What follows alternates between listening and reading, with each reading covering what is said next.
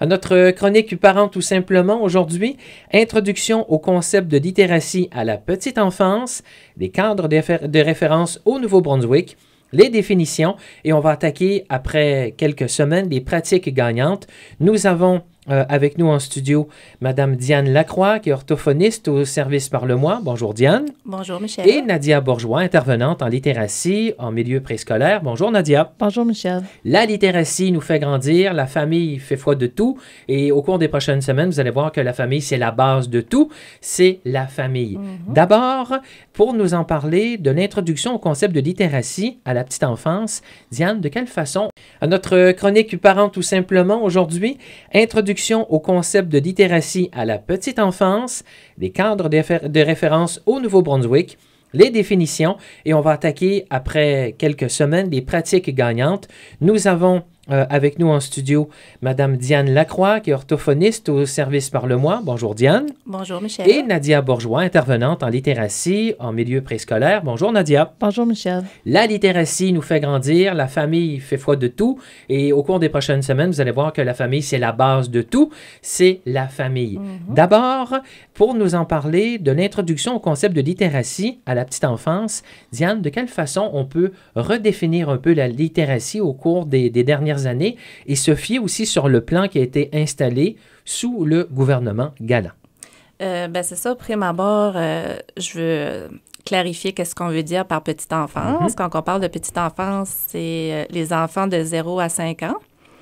Puis Nadia va pouvoir plus élaborer par rapport à l'évolution de la définition en littératie, mais pourquoi qu'on est rendu avec un projet de littératie à la petite enfance, c'est que les recherches des dernières années ont démontré le rôle important de la période préscolaire dans l'apprentissage futur au niveau de la lecture puis l'écriture.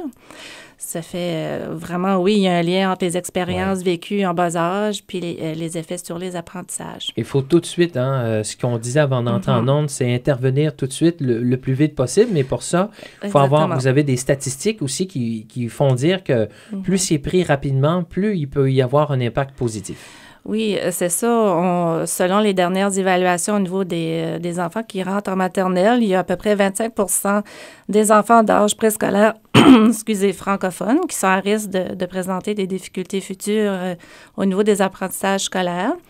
Mais il y a quand même d'autres études qui ont démontré que 30 à 33% des jeunes d'enfants d'âge scolaire qui ont des difficultés en lecture-écriture, ce taux-là peut être diminué de 10% s'ils ont eu une intervention précoce puis appropriée. OK. Appropriée, ça veut dire de 0 à 5 ans. Exactement. Est-ce qu'on peut revenir en arrière et aider à baisser ce taux au niveau scolaire? On peut le prévenir. C'est ça qu'on s'est aperçu, oui. En prévenant, avec des bonnes approches, on peut prévenir, oui, puis diminuer le taux là, de pourcentage d'enfants qui sont en difficulté là, scolaire plus tard. Ça fait suite à ça, on a souvent parlé du plan d'éducation de 10 ans du gouvernement Galland. Puis, parmi ce plan-là, il y a un volet, justement, qui porte sur la petite enfance.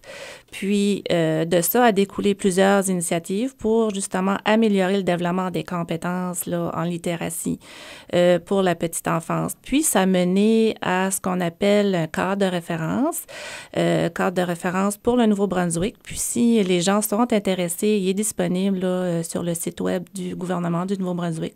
Si les gens veulent vraiment aller lire là-dessus pour avoir plus de détails, ça inclut toutes les définitions de la littératie, c'est quoi les initiatives, qu'est-ce que les parents peuvent faire, les pratiques gagnantes dont on va parler dans les prochaines chroniques. Puis tout ça aussi a amené à l'embauche d'intervenantes là, en littératie préscolaire au niveau de la province, tant au niveau francophone qu'anglophone. Mais il y a un volet qui a été rajouté au niveau francophone, c'est aussi un accent qui a été mis sur le milieu francophone en milieu minoritaire, parce qu'au Nouveau-Brunswick, les francophones, on est en minorité. Donc, il y a un volet qui mise justement sur bâtir la construction identitaire, culturelle, linguistique au niveau francophone. On voit que la base, c'est important. Le détecter aussi, c'est très important. Donc, au cours des prochaines semaines, ce qui va être dit aussi, ce sera de donner des outils aussi aux parents et qu'ils ne soient pas gênés de faire appel à des services ou d'aller s'informer aussi. Exactement. Puis maintenant, je vais passer la parole à ma collègue Nadia, qui est justement notre intervenante en littératie préscolaire embauchée au niveau du district scolaire francophone Nord-Est. Nadia Bourgeois, bonjour. Bonjour. Bref, Nadia, définition, pratique gagnante. Si on se fie sur ce plan pour la petite enfance, vous êtes en plein dedans, vous êtes directement aussi, comme Diane, sur le terrain. Oui, moi, mon rôle consiste à donner des formations aux éducatrices de la petite enfance qui travaillent dans les services de garde éducative. En ce moment, 80% des services de garde ont reçu la formation, ce qui dit qu'il y a au moins 2 éducatrices par service de garde qui ont reçu la formation, qui ont reçu aussi les accompagnements. Les accompagnements, quand je dis accompagnement, c'est 6 accompagnements par éducatrice. Je vais les rencontrer 6 fois dans leur service de garde. Puis je les aide à mettre en pratique nos pratiques gagnantes, qui sont les 5... on parle d'encadrement de nos enfants 0 à 5 ans. Oui, est-ce qu'on parle de garderie, de halte scolaire aussi? Juste, non. Les haltes scolaires ne sont pas dans les... Parfait, d'accord. Moi, c'est juste 0,5 ans. Poser la question pour définir un peu ce que c'est pour 0,5 ans. Oui. Donc, pour les garderies, de quelle façon on fait cette approche dans les garderies? Comment ça se passe sur le terrain? Les premières visites consistent à aller vérifier, comme observer leur environnement. C'est qu'ils ont des livres dans toute leur zone d'apprentissage. Qu'est-ce qu'on veut dire par zone d'apprentissage? C'est comme zone d'imaginaire, zone de bricolage, construction. C'est les zones qui touchent un petit peu le curriculum éducatif francophone. C'est ça, observer, c'est qu'ils sont tout ça dans leur zone. Ensuite de ça, on va observer les 5 pratiques gagnantes qu'on va discuter prochainement. On les accompagne, on leur donne des outils. Ils reçoivent une trousse de livres quand ils prennent la formation. On dit 500 $, mais c'est encore plus que ça. Ouais. Parce qu'ils ont aussi des jeux éducatifs. Ils ont des outils qu'on peut leur donner pour travailler pour la littératie, pour mettre en pratique la littératie. Donc, c'est des trucs aussi qui sont donnés dans les garderies pour faire avancer et pour soutenir un peu le programme qui a été installé sous le gouvernement Galland. C'est bien ça? Oui, c'est ça. D'accord. Oui. Vous avez parlé de définition et de pratique gagnante tout à l'heure. Avant d'y aller, si on pourrait peut-être redéfinir certaines choses. Oui, la définition a évolué au fil du temps. Au début, on parlait seulement de l'apprentissage à la lecture et à l'écriture. Avec l'évolution de la société, les habiletés à s'exprimer à l'oral et à l'écrit sont devenues des choses qui sont importantes, et incontournables. Fait que aussi, on sait maintenant que l'interaction sociale et le langage oral sont extrêmement importantes pour développer la littératie, comme l'ont démontré plusieurs études depuis les dernières années. En effet, le développement du langage est interrelié à la littératie. Donc, toute la littératie aide à développer le langage des enfants. Oui, je me rappelle quand, juste comme ça, au tout début, on disait on pouvait donner autant un petit livre qui se mâche à un enfant pour que déjà, l'enfant ait le lien, au moins, mâche-le si tu veux, mais au moins, l'éveil est là avec aussi en même temps.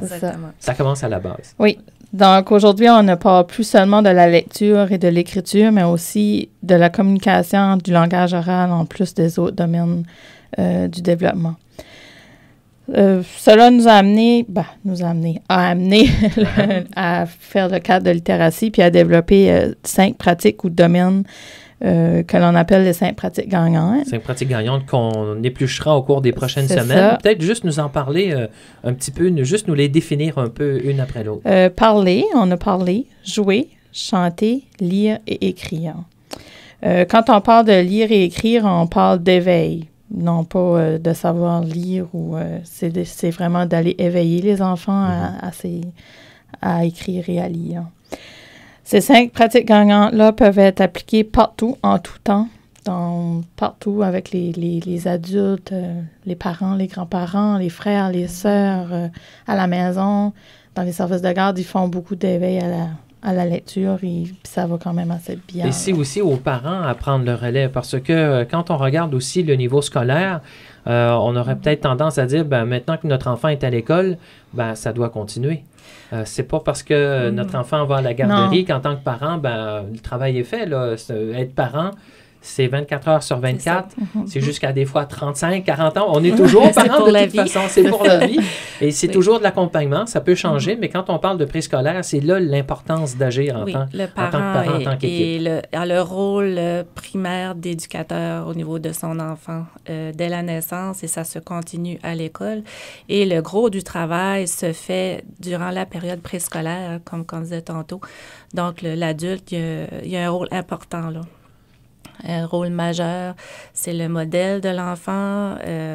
Ça doit être un modèle positif, sécurisant aussi, pour que l'enfant se sente en sécurité, valorisé, encouragé, pour justement l'aider plus tard dans ses apprentissages futurs.